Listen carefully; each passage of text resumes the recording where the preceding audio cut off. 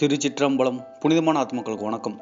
நம்மிடம் இருக்கும் தீய பழக்கங்களை அழித்து நல்ல பழக்கங்களை உருவாக்குவது எப்படி என்பதை பற்றி தான் இந்த வீடியோவில் பார்க்க போகிறோம். ஸோ வாங்க பார்ப்போம்.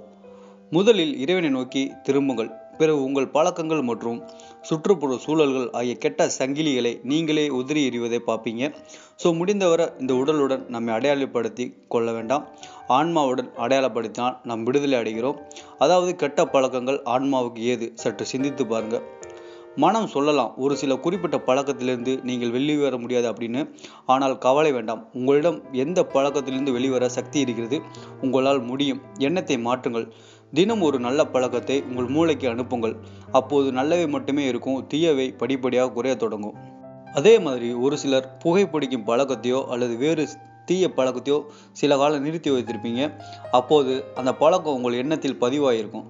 அது மீண்டும் தூண்டிவிடும். உன்னால் முடியாது, இன்றே புகைப்பிடி அப்படின்னு. அந்த நேரம் தான் தெளிவாக உணர வேண்டும். உங்கள் எண்ணத்தில் அந்த நேரத்தில் வேறு ஏதாவது சொல்லுங்க.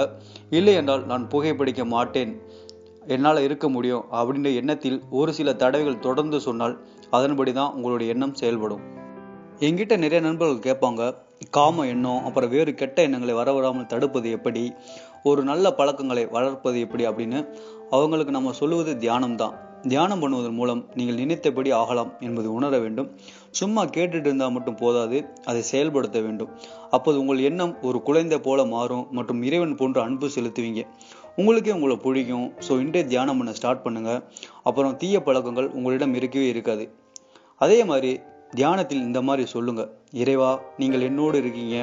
உங்கள் குழந்தை தீய எண்ணத்திலிருந்து விடுபட்டு நல்ல எண்ணங்களை எனக்கு கொடுங்க. கெட்ட பழக்கத்தை உங்கள் சக்தி கொண்டு எரிக்க நான் கட்டளையிடுகிறேன் அப்படின்னு சொல்லுங்க. அது உறுதியாக நிறைவேறும். மேலும் தியானத்தில் நீங்கள் என்ன எண்ணம் வைத்தாலும் அது நிறைவேறுவது உறுதி. ஏனென்றால் நீங்கள் இறைவனுடன் ஒன்றிணையும் போது இது எல்லாமே சாத்தியமான விஷயம்தான்.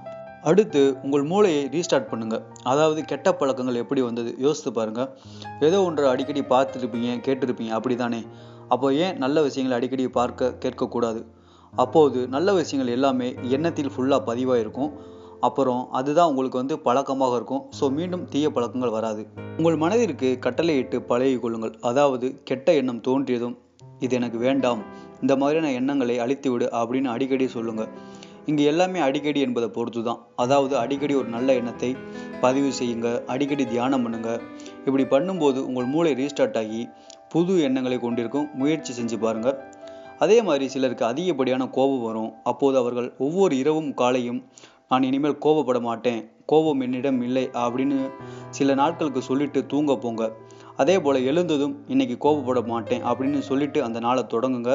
உறுதியாக உங்களுக்கு கோபம் வராது. அப்படி வந்தாலும் நீங்கள் காலையில் சொன்ன அந்த வார்த்தை, அதாவது நான் கோபப்பட மாட்டேன் அப்படின்னு சொல்லியிருப்பீங்களா, அதுதான் நிற்கும். இதை தினமும் ட்ரை பண்ணி பாருங்கள். திரும்பவும் சொல்கிறேன், நமக்கு எவ்வளோ பிரச்சனை வந்தாலும் கவலைப்பட வேண்டாம். அதை சமாளிக்க எளிமையான மருந்து, அதுவும் இலவசமான மருந்து, அதுதான் தியானம். அதை மட்டும் பயிற்சி பண்ணுங்க. உங்களால் எதையும் சமாளிக்க முடியும். நன்றி நண்பர்களே. உங்களால் முடியாதது எதுவும் இல்லை. நல்ல எண்ணங்களை அடிக்கடி உங்கள் மூளைக்கு செலுத்துங்க. தீயது அனைத்து விலகும். இன்று முதல் நீங்கள் எந்த கெட்ட பழக்கத்தை விட போகிறீங்க அப்படின்னு உங்களுக்கு விருப்பம் இருந்தால் கமெண்ட்ஸில் சொல்லுங்கள். மற்றும் அதற்கான சந்தேகம் இருந்தாலும் கேளுங்க, நம்ம பதில் சொல்கிறோம். இந்த வீடியோ உங்களுக்கு பிடிச்ச உங்கள் ஃப்ரெண்ட்ஸுக்கு ஷேர் பண்ணுங்கள். நம்ம சேனலுக்கு சப்போர்ட் பண்ணிருந்துச்சுன்னா சப்ஸ்கிரைப் பண்ணுங்கள். நன்றி. திருச்சிற்றம்பலம்.